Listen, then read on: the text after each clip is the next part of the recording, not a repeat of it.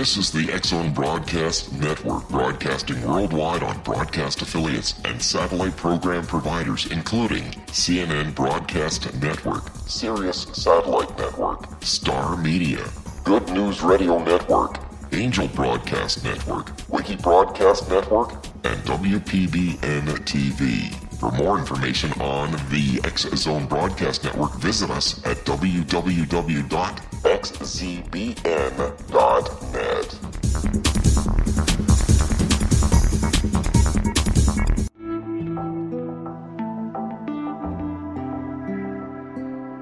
Take a step back in time and discover old Florida cuisine at Marsh Landing Restaurant in Fellsmere.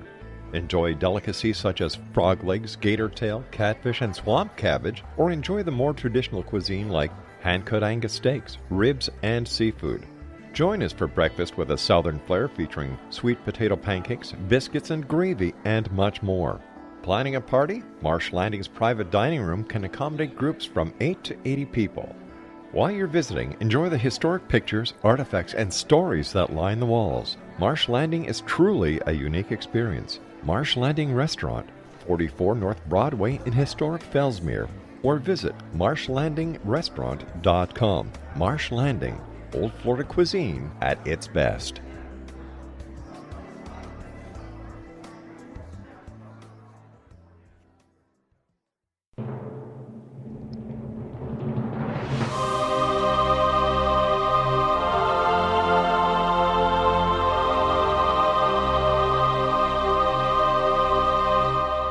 The Science of Magic with Gwilda Wiyaka is largely an opinion talk show. All opinions, comments, or statements of fact expressed by Gwilda Wiyaka's guests are strictly their own and are not to be construed as those of the Science of Magic or endorsed in any manner by Gwilda Wiyaka, Relmar McConnell Media Company, its affiliated networks, stations, or employees.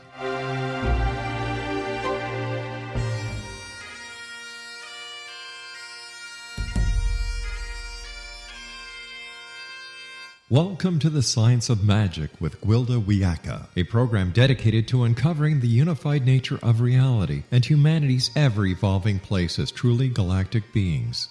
For more information on the Science of Magic with Gwilda Wiyaka, visit us online at www.thescienceofmagic.net.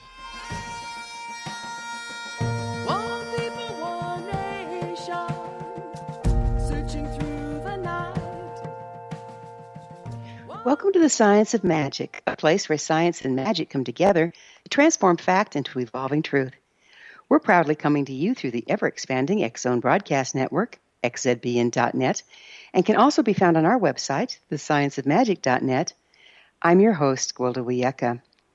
This hour we'll be exploring Out of the Rut. Nothing's broken. You'll be fine, the emergency room physician assured me after looking at the x-rays. I didn't feel fine. Yes, I was in pain, but something else was very wrong. The nurse asked me who to call. I had no idea. She asked me my address. I didn't know that either. But the doctor said I was fine. What was I doing here anyway? For that matter, where was here? I'd been on my way to work. I was just entering a bridge with a narrow road when a pickup truck going the other direction swerved into my lane and drove me into a concrete pylon. Though I was wearing a seatbelt, the steering wheel hit me in the chest, and my brain sloshed around in my skull like jello in a jar. That was effectively the end of my life as I knew it. At first, I seemed okay, if a bit banged up, but after being discharged from the hospital and in the days to come, it became clear I had no short-term memory. I knew my husband and children, but not that I'd put something on the stove to cook 10 minutes before. When smoke filled the kitchen, I wondered who the idiot was that left the pan on to burn. It took 2 years before I was functional, but I was not the same. I was better. Unencumbered by any memory of the day before, every day was a new adventure. I didn't hold a grudge as I couldn't remember being insulted. Where before I had set ways of thinking, the well-worn neurological pathways were no longer available. I'd effectively been knocked out of the rut. I started creating things, making jewelry. I wrote books, created musical albums, and founded a Colorado State certified occupational school of the shamanic arts. inspiration came easily. Before the accident, I'd been a fairly skilled shamanic practitioner and teacher, but after, I had access to esoteric information all the time, rather than just when I entered the shamanic trance. I learned to rely on that skill to replace the short-term memory I no longer had. I became precognizant and more instinctual. Simply following my promptings, I found myself in the right place, at the right time, doing the right thing. I used the environment as a memory, leaving things out in plain sight that needed to be done. Out of sight, out of mind definitely applied to me. I ran my life from a daytimer. The unexpected benefit? An uncluttered mind with no restrictions. I was always in the present moment, totally available for what was happening, rather than dwelling on past or down the road into the future. I'd been in a very codependent relationship with my husband. With no short-term memory, I could no longer enable him, and our marriage fell apart. I wasn't the woman he'd married, more's the blessing. Years later, some of the short-term memory has returned, but my brain is still not as it was. I've developed subroutines to keep track of what I'm doing. These routines have the added benefit of leaving my mind free to continue creating in unorthodox ways. As a result of this impairment, I've lived a very passionate, creative, and productive life I wouldn't have had otherwise. Hopefully, our next guest can offer more palatable methods of getting out of the mental rut than running into a bridge. Our guest this hour, Neil Slade, is an author of 10 books on brain and behavior, including Tickle Your Amygdala, The Frontal Lobes Supercharge, Brain Tuning, Secrets of the Dormant Brain Lab, The Book of Wands, and Brain Magic to Creativity from Another Dimension.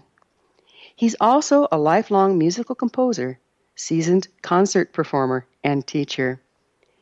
Slade studied and worked for 11 years at Colorado's Dormant Brain Research and Development Laboratory.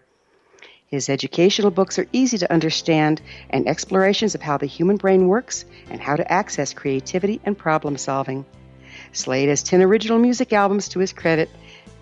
After this commercial break, I'll introduce Neil, and together we'll explore the mysteries of the human brain. Should be enlightening, so don't go away. You're listening to The Science of Magic. Prior innovative episodes can be found on our website, thescienceofmagic.net.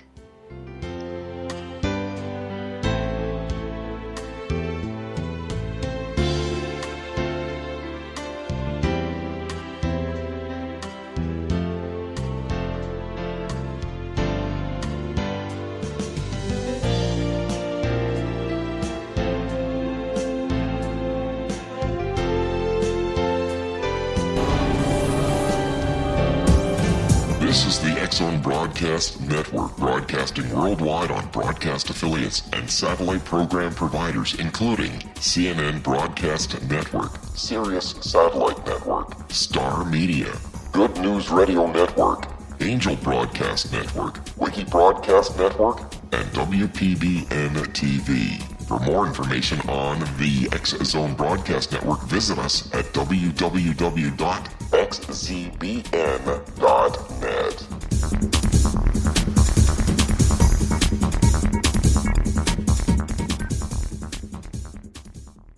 How would you like to be able to read other people's minds? Well, the next best thing is here. When you know how to read a person's name, you know how the person thinks, feels, and behaves.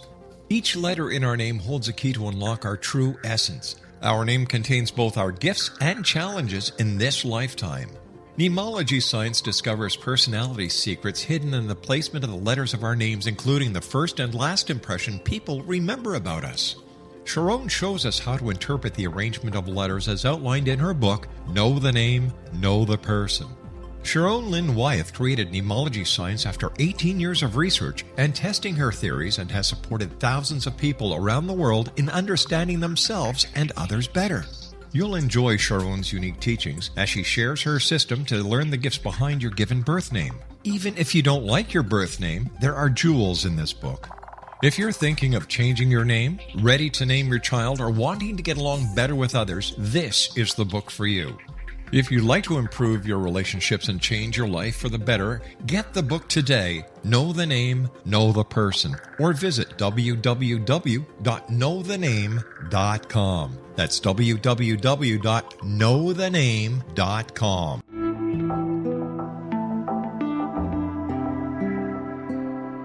Take a step back in time and discover old Florida cuisine at Marsh Landing Restaurant in Fellsmere, Florida. Enjoy delicacies such as frog legs, gator tail, catfish, and swamp cabbage, or enjoy the more traditional cuisine such as hand-cut Angus steaks, ribs, and seafood. Join us for breakfast with a southern flair featuring sweet potato pancakes, biscuits and gravy, and much more. Planning a party?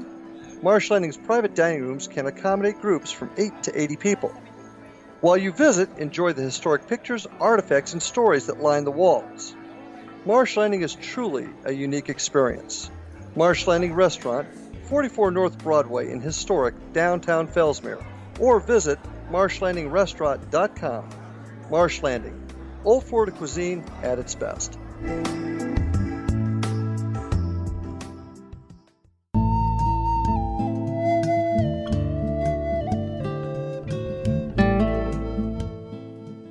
Welcome back. This is The Science of Magic, dedicated to unification and evolution of consciousness. I'm your host, Gwilda Wiyaka. Our guest this hour, Neil Slade, is an author of 10 books on brain behavior, including The Frontal Lobes Supercharge.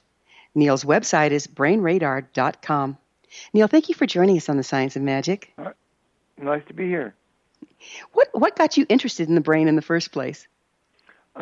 I was studying music, and I had just received a degree in music education.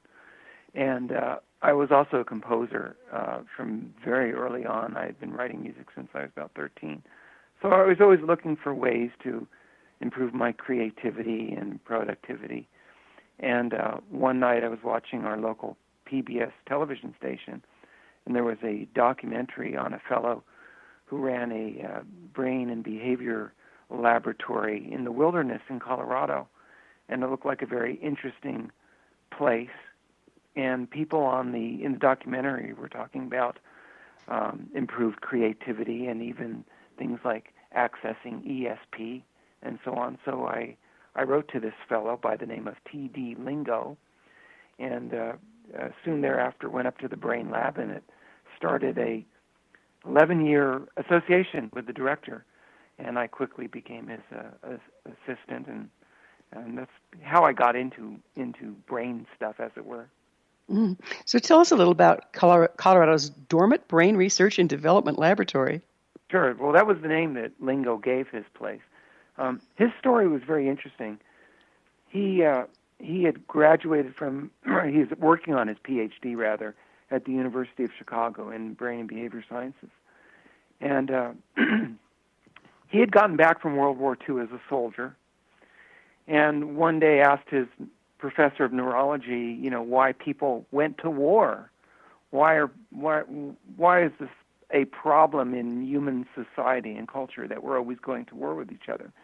And he asked his professor, and his professor said, well, if there's an answer to that question, it's up here, and he pointed to his own head. He says, if you want to find the answer to that, you can go slow at the university here, or you can go fast and start your own research center. So Lingo dropped out of his PhD program and tried to think of a way that he could begin his own brain research laboratory. And his problem was he didn't have any money. So he thought, well, how can I make some money quick? And he thought, well, I know I can play a few chords on the guitar. Maybe if I go into show business, I can make some quick bucks and then start my place. And that's exactly what he did. And he began singing. I mean, it's a really roundabout way to get around to starting your own brain lab, but that's what he did. And he started singing folk songs around town, and eventually he landed a spot on Groucho Marx's You Bet Your Life television show. And he played the part of a backwoodsman that lived in the woods of Colorado. And you can actually, if you go on to YouTube and if you go to my website or you search T.D. Lingo, Groucho Marx, you can actually see that actual show where he's appearing. And he did very well on Groucho Marx's show, and he won $1,000. And an executive at NBC thought, oh, this guy's a great phony. And he was a phony. He was not really a backwoodsman. He was very well educated. And they gave him his own NBC summer replacement show. And he had people like Burl Ives and Woody Guthrie and Pete Seeger on the show. And at the end of the summer, he looked into the camera and he says, if anybody's got a mountain to sell, call me up. I want to buy it. And somebody did. Somebody from Colorado did. And thereafter, he left New York. He quit show business. He left with 2 grocery sacks full of money. One he gave to the IRS, and the other one he bought 300 acres of mountain wilderness, 40 miles west of Denver. And that's where he set up his brain lab. Amazing. And so for the next 35 years, he conducted, people from all over the world, mostly from the United States, however, came and they studied neurology and brain and behavior science. It kind of like Thoreau. Thoreau lived in the woods, I think in Massachusetts, away from urban society. And that's what Lingo did in the wilderness in Colorado. And the lab was located about 9,500 feet in elevation. There was no running water. There was no electricity. But it provided sufficient isolation so people could really concentrate on what was going on inside their own craniums. And so they could concentrate on what brain function was all about from a very unique perspective. How much do you think this isolation also helps get us out of the common denominator belief system so that we can explore other options? Oh, it was absolutely crucial at the Brain Lab, because in the city there are all of these distractions. There's cultural conformity. There is competition. And so if you have this silence, this natural environment to where all of these defenses are shut off, you can really get in touch with the natural brain and how it really functions. And so this was really crucial to the work at the Brain Lab. I've heard all sorts of figures as to what percentages of our brain we really use. What can you tell us about this? Well, there's myths, and not only myths are perpetuated by common people, but the myths are also perpetuated by so-called experts in science and the medical field. Now, there's 2 things that you hear. One is that we only use 10% of our brain. Well, that's not literally true. And scientists and medical people will come back and say, well, no, you use that's just a myth that you use only 10% of your brain. You actually use all of your brain all of the time. Well, that's also a myth. So the problem is there's no real way to gauge how much of our brain that we're using. Scientists, these days we have very sophisticated tools such as functional MRI brain scanners and positive emission tomography brain scanners. And what they show is that the human brain is active throughout, but the brain scans also show that the amount of activity in the brain varies from one moment to the next. If you used all of your brain all of the time, which is one of the scientific myths, well, these brain scan machines wouldn't work because you just have a steady, full-on signal. What is actually happening is you have areas of the brain that are more active than other areas, some that are relatively inactive. And beyond that, all you have is a relative scale. You can say this part of the brain is more active than another brain. There's no way to really measure what the potential of the human brain is. And in fact, a Nobel laureate, Sir John Eccles, stated, the potential of the human brain is infinite. He says, we don't know how much the human brain is capable of. And any percentage of infinity is an infinitely small percentage. So to say that we're using 10% of our brain is at the same time too generous, and it's also not generous enough. What we do know is no one knows how much potential the human brain is capable of. It appears to be infinite. So, the main idea that people say you only use 10% of our brain, what that says is that we have unlimited potential. So whether you're using 1% of your brain or 99% of your brain, it's relatively meaningless because the human brain potential is unlimited. We don't know how much of the brain we use at any given time. So I've got another interesting one for you, Neil. I've also heard that the brain is not just that gray matter in our skull, that it's actually more of our nervous system or even in our auric field. Do you have anything about that? Oh, of course. We have your brain is made up of hundreds of billions of neurons.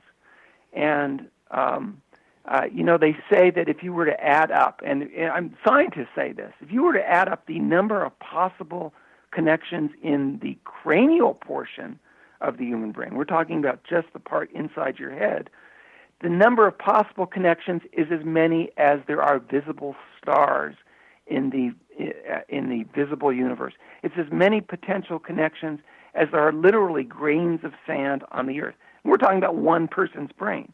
Now, not only do you have neurons that are located in your cranium, but you also have neurons that are located in your abdomen. And they have a name for this called the enteric nervous system. So you have neurons that line the abdominal region and your gut. So when people say, well, I have a gut feeling, it's really referring to the neural system, the second brain that's in your solar plexus and surrounding your abdomen. So not only do you think with your head, but you also think with your gut as well, and that's called the enteric nervous system. I've got a lot of cop friends that would really align with that. They're always getting a gut feeling. Yes, and what's very interesting is that very often you'll take I'm not saying everyone does this, but I'm saying there are medications that affect the neurons in your cranium, that affect your mood and the way you're thinking, and very often that causes a reaction inside your abdomen and inside your digestive system, and that's because you've got these neural bundles that are located in your abdomen as well. So the same medications that affect your brain in your head also affect the brain in your gut as well. Amazing, and we don't even recognize that. Well, many people don't, but it's a fairly well-established medical and scientific fact that you really have two brains, as it were. There's that funny Steve Martin movie, The Man with Two Brains. Well, all of us are actually walking around with two brains, as it were. So the two you mentioned are in the physical body. We've got about a minute left. What about the one in the auric field? Well, that's a little harder to substantiate in terms of physical evidence, but we have a lot of anecdotal evidence and anecdotal information from people who retain consciousness even though their body may have died on the operating table. So consciousness appears to extend beyond the physical body, and we know this from stories from people who have died on the operating table, who have physically died momentarily or for a short period of time, and then come back and describe reality as seen from this other location of their consciousness that resided outside of their body. Absolutely fascinating. Fascinating stuff. We're going to have to take a commercial break, but Neil and I will return to our discussion on the flip side. We're coming to you through the X-Zone Broadcast Network. Don't miss the other fine shows and hosts on xzbn.net, and there's a lot of them. You're listening to The Science of Magic, thescienceofmagic.net. I'm Gwilda Wiyaka. There's more brainstorming to come, so don't you dare go away.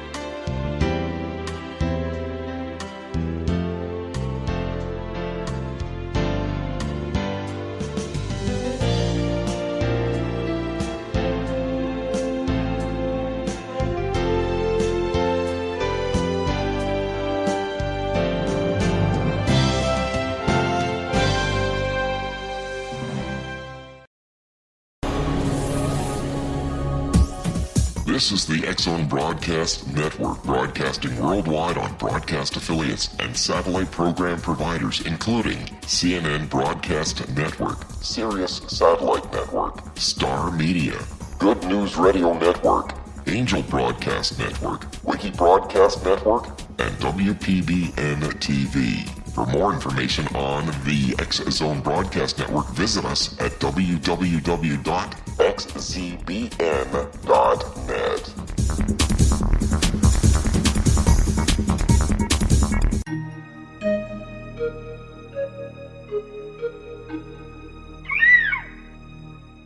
While science pursues fact, magic accesses the quantum level, bridging random facts to form truth.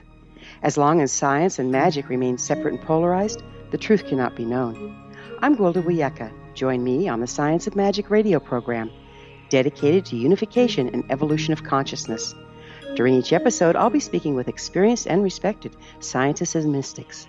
From astrologers to astronomers, from medical doctors to shaman, the scientific method to dowsing and intuition, we'll weave together information from seemingly divergent practices to promote unity and enlightenment.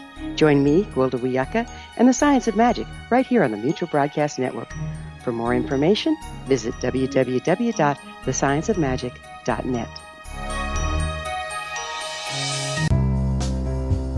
Gibbs A. Williams, Ph.D., is a practicing psychoanalyst, supervisor, researcher, and author in New York City. Much of his life has been dedicated to understanding nature and the uses of meaningful coincidences or synchronicities. His radical and original non-Jungian, non-mystical, non-magical theory of synchronicities illuminates much of the fog surrounding this challenging and perplexing topic. His ideas and manners are fresh, presented in a style that is both entertaining and highly informative. He is also an expert on crisis intervention, specially focused on violence reduction for the police and citizens, mastering anxiety, frustration, and stress without the use of medication, and effectively preventing and treating heroin addiction. Dr. Williams can be contacted at his email address at gwwilliamsny11@aol.com or visit his website at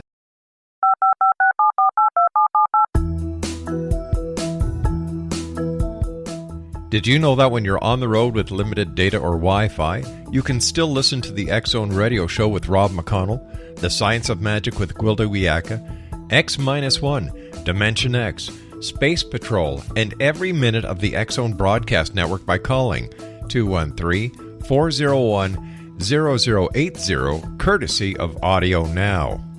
No smartphone, app, or internet needed. It saves your data plan, and it's free if you have unlimited minutes.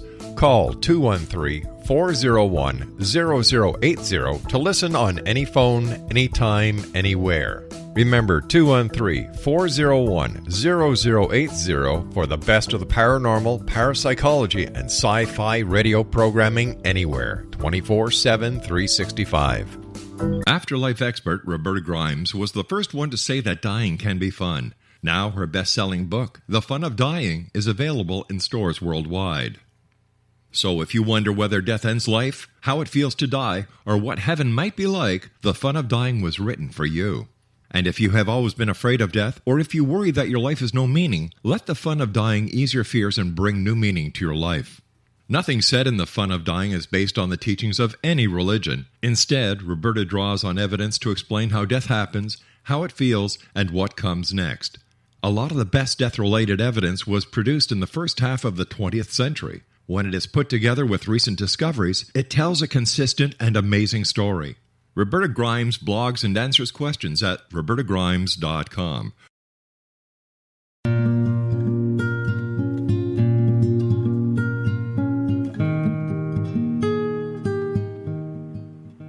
Welcome back. This is the Science of Magic, a place where magic and science come together to promote enlightenment.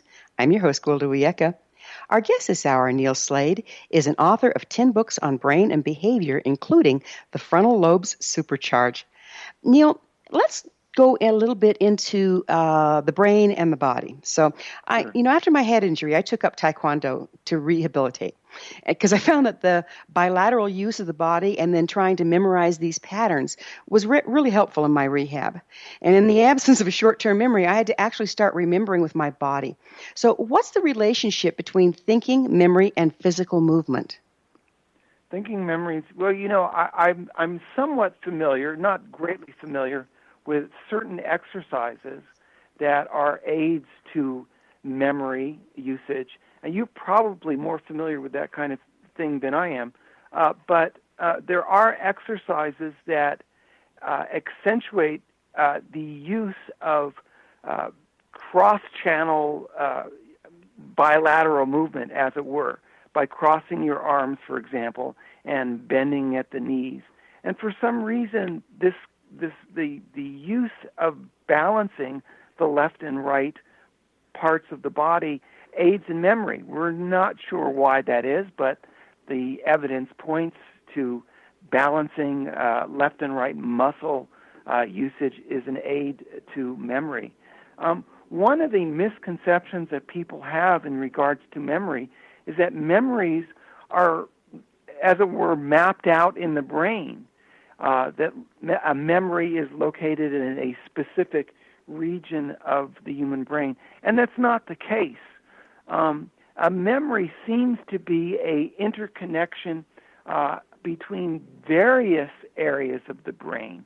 You can stimulate one part, for example, in the olfactory region of the brain, and that will bring up a visual memory, and vice versa. So it's still kind of a riddle as to where and how memories are stored in the brain. But then again, there seem to be methods that have been developed that help people to retain memory and utilize their memory in different and better ways. As a body worker, I graduated from the Boulder College of Massage. You're probably familiar with it. Oh, from Boulder. So that's about 30 minutes from where I'm located. Exactly. Here in Yeah. Denver. So there was modalities that we'd use where we could actually access emotions and memories in the physical body. Are you aware of this, and how does that fit in here? Oh, yes. Well, you know what that reminds me of is many incidences have been reported of people who have had organ transplants. And one, I'll give you kind of a hypothetical example, although there are real examples of this. A person receiving a heart transplant from another person will suddenly find himself having a craving for a certain type of food, for example, that he had absolutely no desire for before the surgery. And investigation would show that the donor of the organ or the heart or whatever it would had the same craving. So memories there's very strong evidence that memories are stored throughout the body and not necessarily located solely within cranial brain tissue. So that leaves us open to, oh my goodness, what if we start being able to consciously use that capacity? Yeah, I've never really thought about that, but I think you're probably right. In what kind of manner are you suggesting? Well, again, somebody like myself with a head injury, if I can store memory in the physical body versus places I can't get to in my actual brain, I see what you're saying. and then access them at will, that would really help people rehab, I would think. Yeah, well, in the brain, you have an organ called the hippocampus, and that comes from it's a little. I believe the name came from the resemblance of a horse's head. And this is a key area dealing with short-term memory. Now, if there's damage to that area, and that may have been the case, you hear my dog squeaking on his toy, by the way, in the background there. That's Chloe there. But anyway, if you have damage to that area of the brain, then there will be an issue with short-term memory storage. And what you're suggesting is that one could consciously guide thoughts and memory by utilizing a different area of the brain and targeting another kind of end run or detour in the neural system to make better use of that short-term memory and ultimately long-term memory. And it sounds like that's exactly what you did. Unwittingly, unencumbered by any knowledge of what I was doing, right? Yeah, sure. Well, again, and we talked about that in the previous segment, that we have neurons that are situated not only in the cranium but in the abdomen, and for all we know, in other parts of the body as well. You have neural tissue or neurons that extend through the spinal cord. So it would seem very reasonable to suggest that we do, in fact, store memories throughout the body. But also it seems reasonable to conclude that you could consciously guide, a storage of memories consciously in selected other parts of the body. Perhaps, in like a battery. It's funny. In my book entitled "The Book of Wands," I talk about using jars to consciously store energy and utilizing outside containers, just ordinary containers, to store psychic energy, as it were, and then draw upon that as needed. So, I think that could very well hold true for storing memories and perhaps even other kinds of neurological and consciousness processes within the body and within the brain. Amazing. On a little different subject, what effect do you think our current educational system has on brain function? The current I think that would be hard to generalize because there are so many different kinds of teachers and so many different kinds of educational systems. But the one thing I would say, which is a universal truth in education, has to deal with the manner in which children and even adults are taught information and taught creativity and taught learning and taught skills. Now, in education, and I am an educator and do have a degree in education, there is a term called downshifting, as if you're shifting a gear in an automobile. You can be in a high gear, which allows you to travel fast, but then when you downshift and go into second gear, first gear, your vehicle moves much slower. Well, educators call this thing downshifting, and it occurs when a student is forced into a defensive mindset. When a student or whoever is trying to learn something feels threatened, when they become defensive, what that does is that reduces their ability to learn new skills and information, and it also impacts their ability to retain information. It makes learning much more inefficient. So there is this connection between feeling threatened and going into defensive posturing that inhibits learning. That's called downshifting. And it's very important because teachers and instructors have this capacity and ability to allow their students to feel comfortable and relaxed and open, or they can cause their students to feel threatened and defensive. And that's connected with these two brain states that Dr. Paul MacLean outlined in his model of the brain. If you click into your reptile brain, a more primitive brain functions, this inhibits your ability to learn through downshifting. However, if you're allowed to remain in your frontal lobes and feel relaxed and open, that actually accelerates learning and accelerates information retention. So it's very important to both, for teachers especially, to realize if they are having their students click into reptile brain or if they're having their students click into more advanced frontal lobes types of learning. So is reptile brain kind of like when we go into fight or flight? All non-essentials are shut down?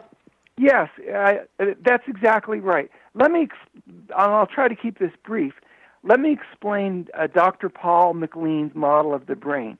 Now, this is a very well-known model of how the human brain is put together, and it's a very generalized way of looking at the brain.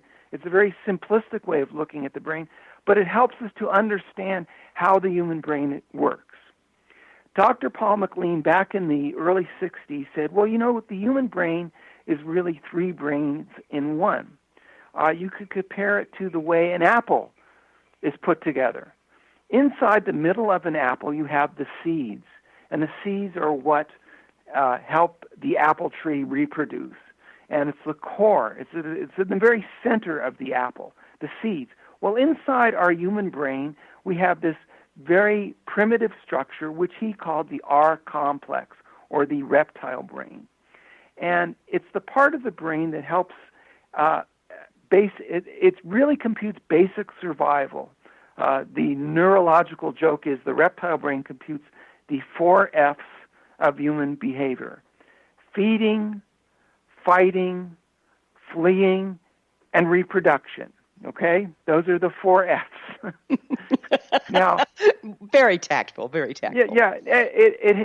It computes basic survival. It does stuff like regulates body temperature and heart rate. It's all automatic. You don't really think about it. It's not. It's all in subconscious processing. It helps us It computes self-defensive and counterattack behavior. Very primitive part. It allows humans to operate on the same level as a reptile or a snake, right? Very cold-blooded, cold thinking. That's why he calls it the reptile brain. And it's like the seeds of an apple. Now, around the seeds of an apple, you've got the core, what we call the core. The seeds reside inside the core. Well, inside the human brain, around this reptilian brain, center, there's another portion we're going to have to leave this on a cliff and pick it up on the other side. All right, we'll do. We'll get to the mammal brain after break. Okay, Neil and I will be back shortly, so don't leave us now. This is The Science of Magic, thescienceofmagic.net, the place where altruistic professionals of science and the esoteric create common ground for the betterment of our world.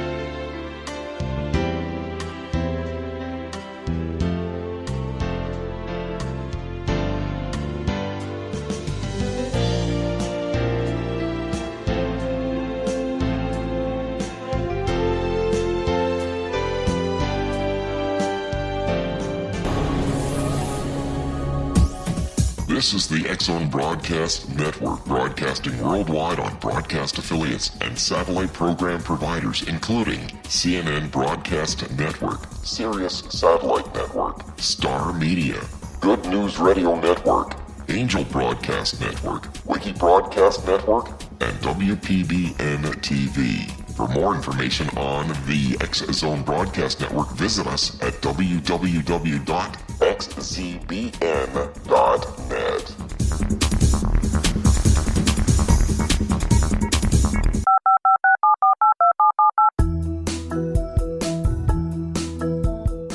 Did you know that when you're on the road with limited data or Wi-Fi, you can still listen to the X-Zone Radio Show with Rob McConnell, The Science of Magic with Gwilda Wiyaka, X-1, Dimension X, Space Patrol, and every minute of the X-Zone Broadcast Network by calling 213-401-0080, courtesy of Audio Now.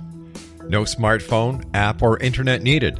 It saves your data plan, and it's free if you have unlimited minutes. Call 213-401-0080 to listen on any phone, anytime, anywhere.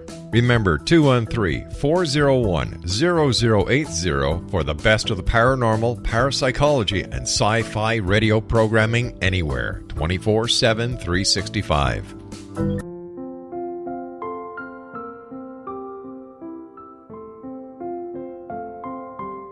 I am Dr. Carl O'Helvey, founder, president of a new cancer foundation focusing on evidence-based physical, mental, and spiritual interventions, including natural cancer cures, prayer, meditation, affirmations, nutrition, and other related holistic cancer prevention and cure modalities. These are used in cancer education, research, and financing care.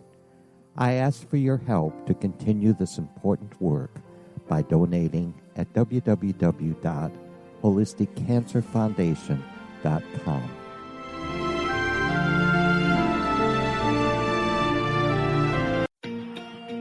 Wouldn't you love to know the secret to everything? Well then, meet Dr. Kimberly McGeorge and her cutting-edge breakthrough knowledge that combines science with possibility. Dr. Kimberly brings real-life answers and healing to those open to alternative solutions. She teaches solution-based programs and classes that will change all areas of your life forever. Specializing in conscious creation, intuitive readings, and energy medicine, you can rapidly shift health, relationships, business, and money and abundance challenges quickly. Receive her best-selling book, Secret to Everything, at no cost by going to secrettoeverything.com/X-Zone. That's right, transformation can start now. Just go to secrettoeverything.com/X-Zone and receive Dr. Kimberly's book for free.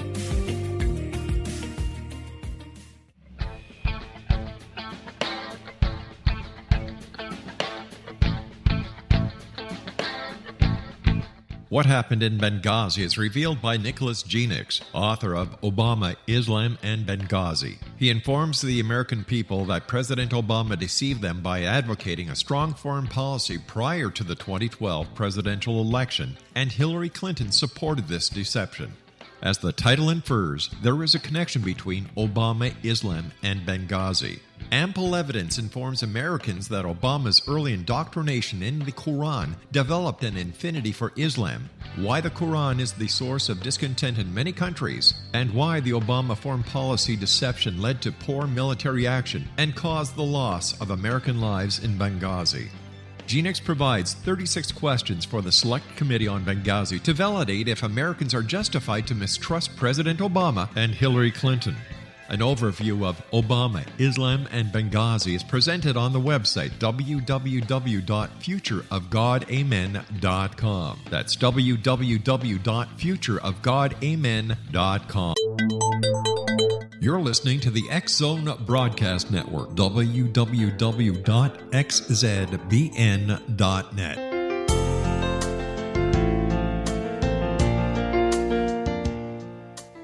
Welcome back. This is The Science of Magic, bringing together gifted people of service to the world.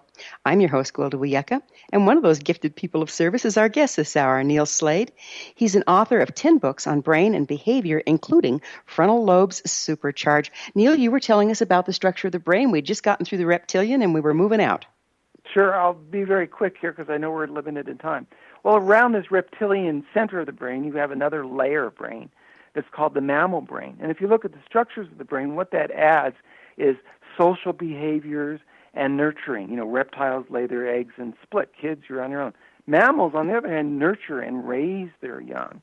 And mammals interact with each other. So that's what this second layer of the brain does, like around the core around the seeds of an apple. And then you've got the big juicy part of the apple and the skin, and that's the delicious part that we love to eat and which is very tasty. Well, you have this third layer of brain, which covers this mammal brain and reptilian brain core, and the frontal lobes, the whole front part of the brain.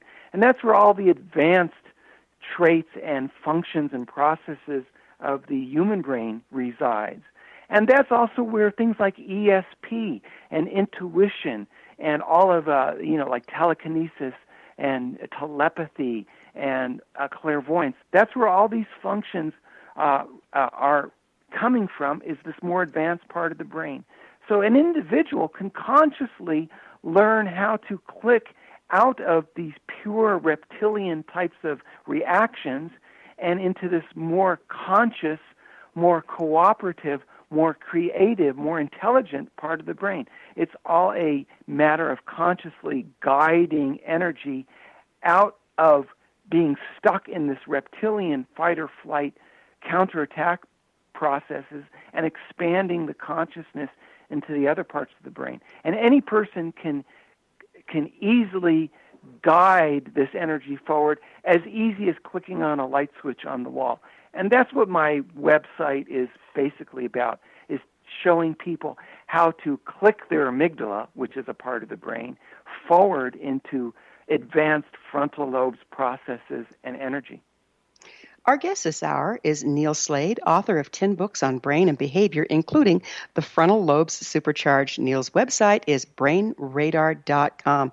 So, Neil, this brings me to a subject very near and dear to my heart, and that has to do with brain function and ESP. How does that work? Well, when you talk about ESP, you're talking about advanced brain processes.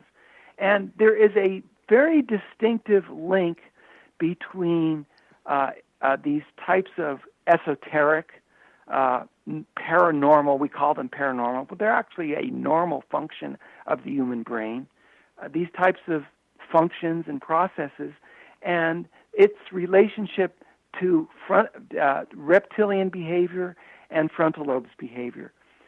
Things like cooperation and empathy are actually physically processes that happen physically in the forward part of the brain, in what's called the frontal lobes, the most forward part of your brain that sits right behind your forehead.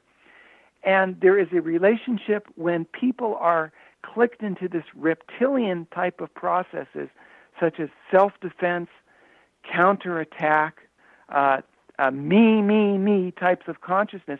When you're stuck thinking about only yourself, when you're only concerned with your own well-being, this automatically shuts off access to all of these advanced skills such as telepathy and precognition and ESP.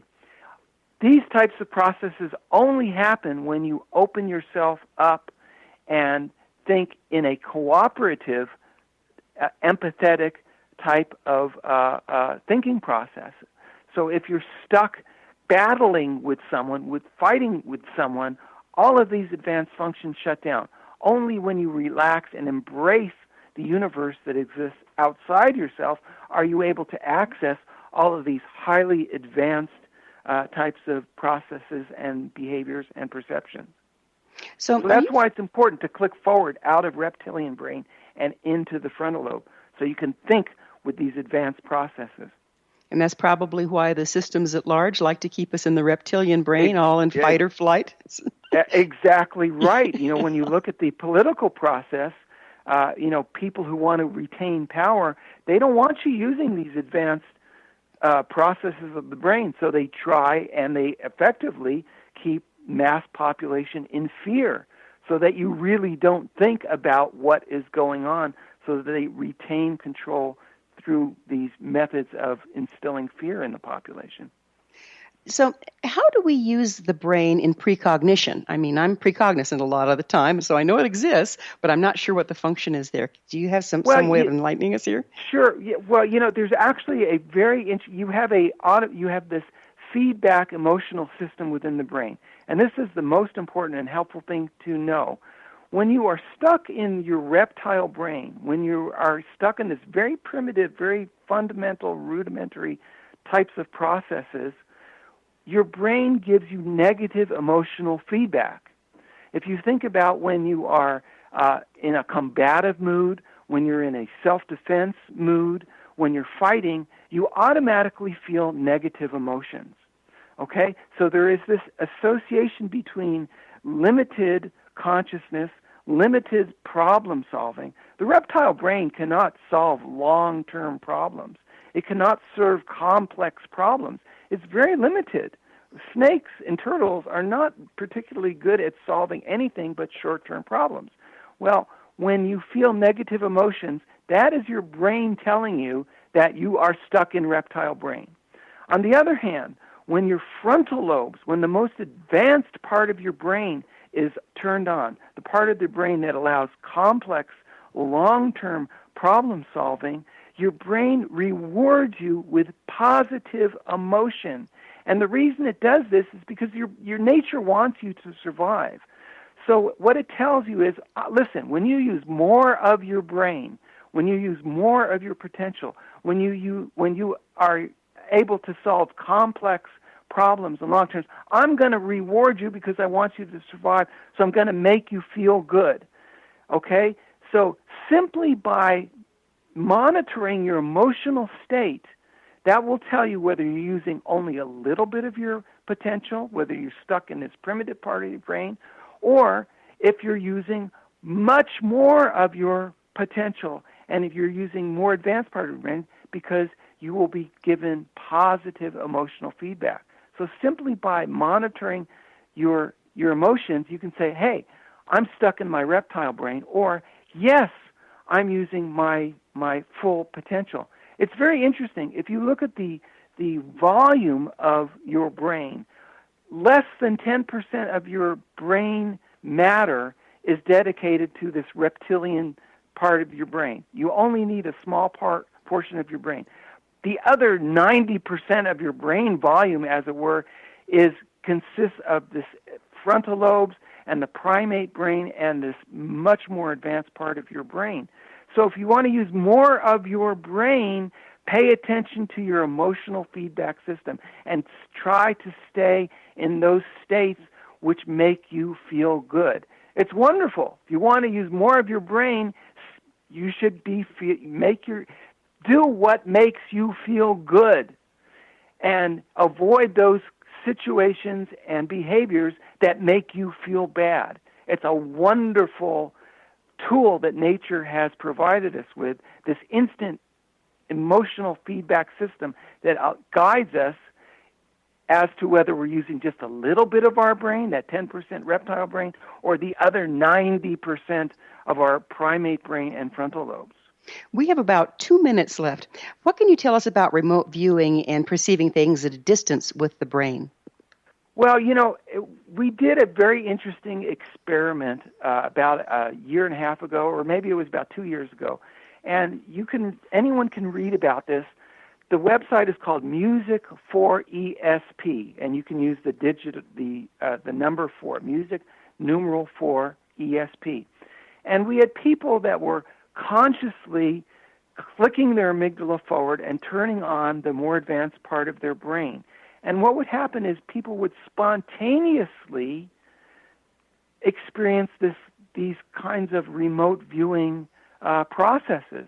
They would find themselves out of their body and not only experience remote types of viewing, but have precognitive experiences, have telepathic experiences, the whole gamut of paranormal experiences effortlessly, spontaneously, just by clicking out of the reptile brain and tickling forward into this more advanced part of the brain.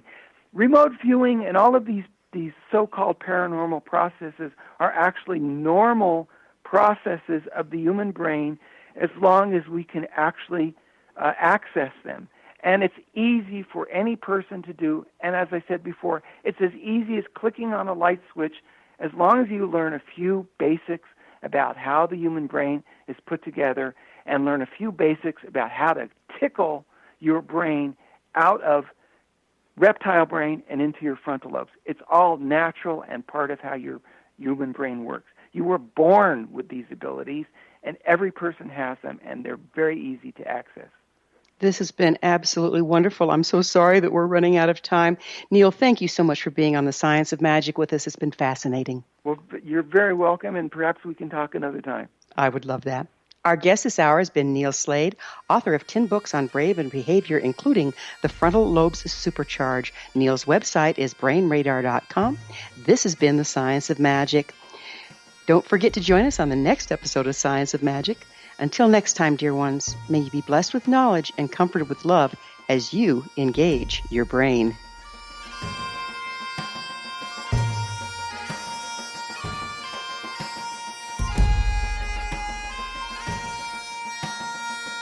One people, one nation, searching through the night. One people, one nation, searching for the light. One nation.